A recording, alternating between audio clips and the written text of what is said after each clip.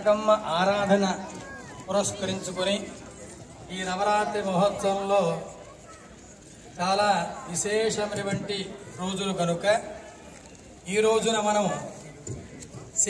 ముందుగా బతుకమ్మకి ఆరాధన ముగించుకొని తర్వాత సెమీ ఆరాధన ప్రారంభం చేస్తూ ఉన్నాం.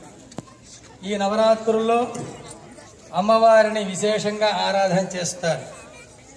9 రోజులు 9 రకములైనటువంటి భక్తుల చేత 9 రకమైనటువంటి విశేష అలంకారముల చేత ఒక్కొక్క రోజు ఒక్కొక్క విశేష అలంకారముల చేత అమ్మవారిని ఆరాధించడం సాంప్రదాయం అన్నమాట.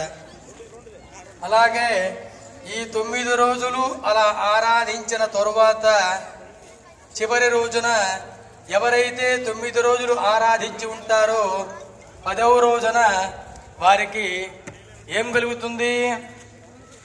విజయం కలుగుతుంది. అంటే 9 రాత్రులు 9 రకమైనటువంటి అజ్ఞానాలు ఉంటాయి మనకి. అరిషడ్వర్గాలు అంటే 6 అంటే కామ క్రోధ మద మాత్సర్య మోహలోభాల్ని అరిషడ్వర్గాలు అంటారు. 6తో పాటుగా అహంకార మమకారాలు 8, ప్రకృతి అంటే మాయ. ఈ 9 కూడా 9 రకమైనటువంటి ఆరాధన